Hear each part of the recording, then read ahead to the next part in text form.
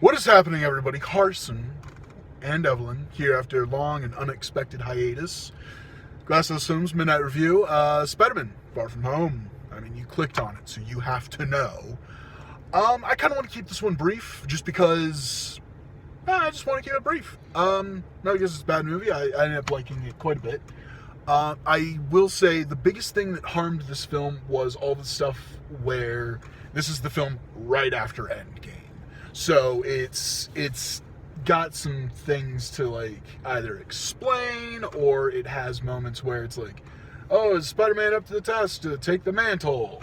Like stuff like that, and I'm like, I don't feel like that was handled the best. I mean, maybe the best we could expect, especially with this being part Disney, part Sony owned. I would say that the direction they take with it is a comedy angle, and because of that, they're able to move things along. Yeah, I will say, now, with that being said, like, all the Spider-Man stuff, like, once they actually go on vacation, this movie just, like, picks right up, and it's a lot of fun. And it's like, I never thought I'd enjoy watching a whole bunch of teenagers go on vacation, but here we are. A lot of sexy teenagers on vacation. It's a joke. They're all like 20 years old. I will say, brief aside, and this is because I'm getting back more into Spider-Man stuff, I really like the way that they play up that like Flash loves Spider-Man, but he always picks on Peter Parker. For some reason that just tickles me pink. Yeah, I mean, performances across the board, fantastic, and definitely, of course, want to give a special shout out to guest starring, basically, Jake Gyllenhaal. I think earlier you were saying, like, you really dug the performance, right? I mean, like, Jake Gyllenhaal is kind of like Hollywood's secret weapon. Like, they only pull him out when it's like, hey, we need you to do some cool stuff, and then he goes and does really cool stuff. And I don't know, what did you think of his performance and of Mysterio? He's a very convincing actor. Yeah. His role throughout the film was very convincing. Yeah.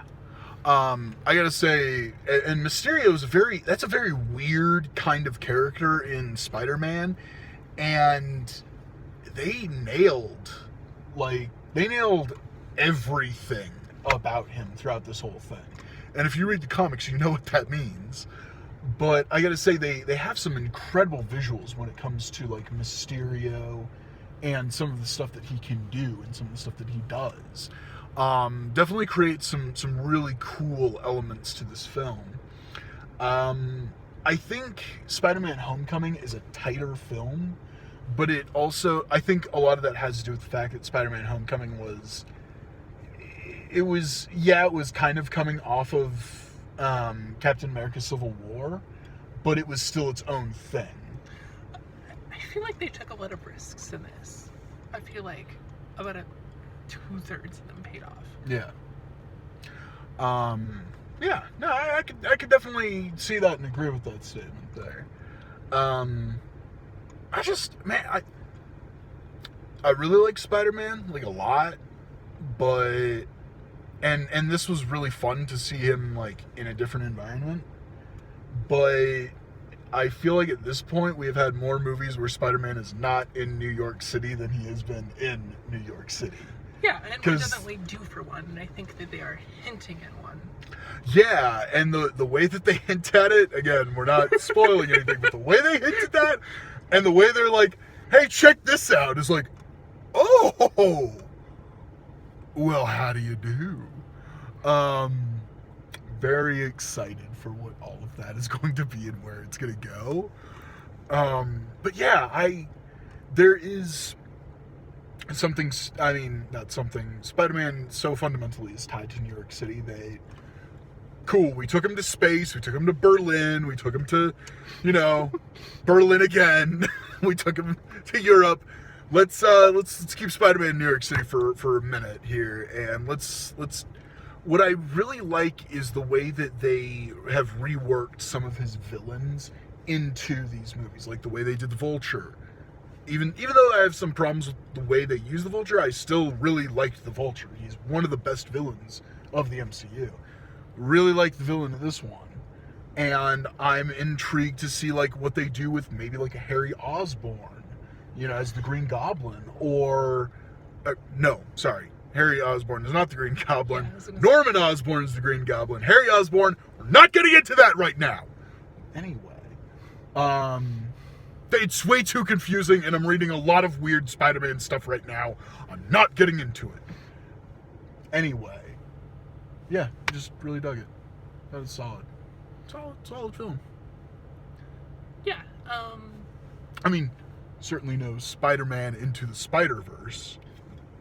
Superior Spider-Man. Superior Spider-Man film. I would say this gets a 7.7 out of 10. What's with the point? Like, I understand 7, 7.5, 8. It's almost an 8. Just call it an 8. Call it a low 8. Okay, low 8. There you go. Solid low 8. 8.0. Yeah, I mean, as I've said and somewhat complained about in the past, all of Marvel movies, at least at this point, are just solid doubles. It's like, cool, that's as best as we can expect without it taking any real risks. And, you know, I'm still down to watch Spider-Man movies. I'm still down. There are certain characters and teams that I'm still totally down to watch. So, yeah, give me another Spider-Man movie. I'm stoked on that. So, I want to see old Spider-Man. like old man Spider-Man? I want to see our current Spider-Man grown a few years. Oh, okay, yeah. I think due to what the movies are, we'll definitely see that, and that'll be really cool. I think maybe the next one will be like graduating high school, moving into college. Also, shirtless Spider-Man. Who's being creepy about teenagers now? Weirdo.